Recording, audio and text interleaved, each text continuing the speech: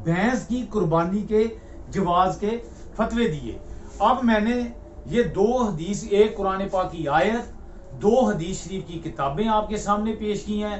अब मैं आपके सामने अहले हदीसों का एक बहुत बड़ा नाम है मौलाना मुफ्ती अब्दुस्तार देहलवी साहब, ये मेरे पास उनका है फतावा सतारिया। फतावा सतारिया की ये 3री जिल्द है, ये इसका मैं टाइटल इधर साइड पे आपको चला दूंगा। और 3री जिल्द का जो पहला सवाल है, पहला ही सवाल इन्होंने ये इधर लिखा है, क्या भैंस की कुर्बानी जायज है?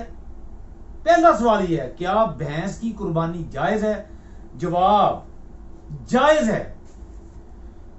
क्यों जायज है? क्या दलील दी? वही दलील दी जो इमाम मालिक रहमतुल्लाह अलैह ने दी, वही दलील दी जो इमाम हसन बसरी रहमतुल्लाह अलैह ने दी। क्या दलील दी? जायज है चूंकि भैंस और गाय का एक ही हुक्म है। क्यों जायज करार दी?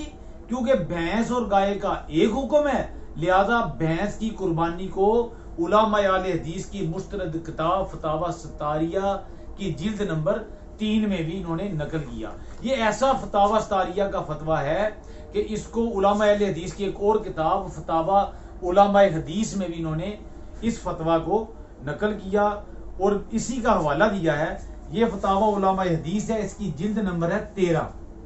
इसकी जिल्द नंबर 13 में इन्होंने पहला ही सवाल ये है, क्या भैंस की कुर्बानी जायज है? उसी फतवा को इन्होंने नकल किया। जवाब, जायज है चूंकि भैंस और गाय का एक ही हुक्म है। वही दलील, चूंकि गाय और भैंस का एक ही हुक्म है, इसलिए इन्होंने इसको जायज करार दे दिया।